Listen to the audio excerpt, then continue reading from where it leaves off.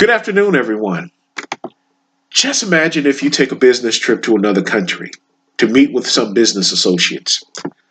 You're totally unaware of their culture and their context. You get off the plane, you take a cab to the place of business, you have your professional attire on, and you are ready to engage in business.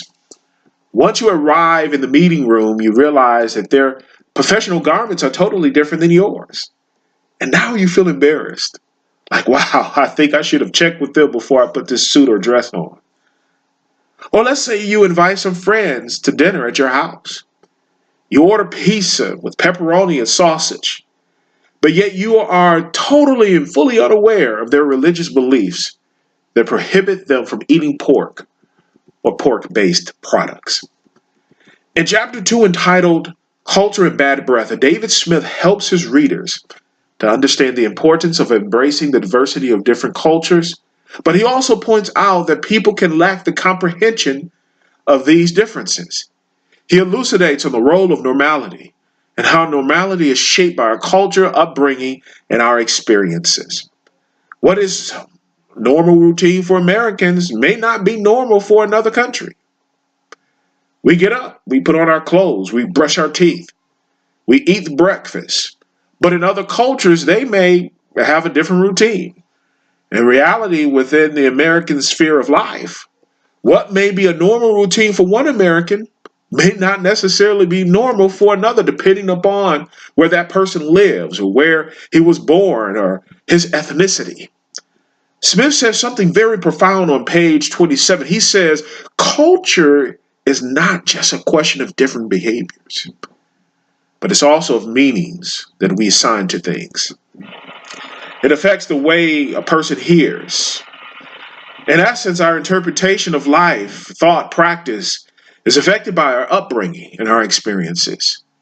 What we hear, what we see, how we process new information are based upon our cultural context.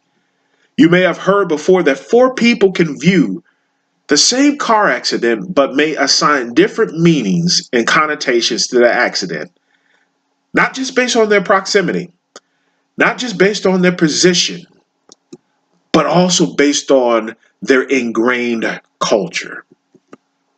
One person may view a loud person as irate, over the top, but yet another person may view the same person as just asserting his or her position. That's why cultural understanding is so important to missionaries who immerse themselves in other cultures. It is important for them to research and understand the landscape of the people that they're serving. Yes, it is important to share the gospel, but we must not enforce our cultural rituals and ceremonies on others. And I agree with this view. Recently, Newald has introduced this whole concept of incarnational leadership that has permeated into missionary circles.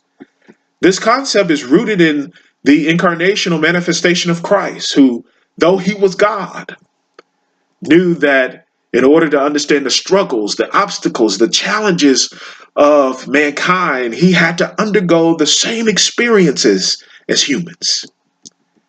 He had to eat. He had to sleep. He got thirsty. He got lonely.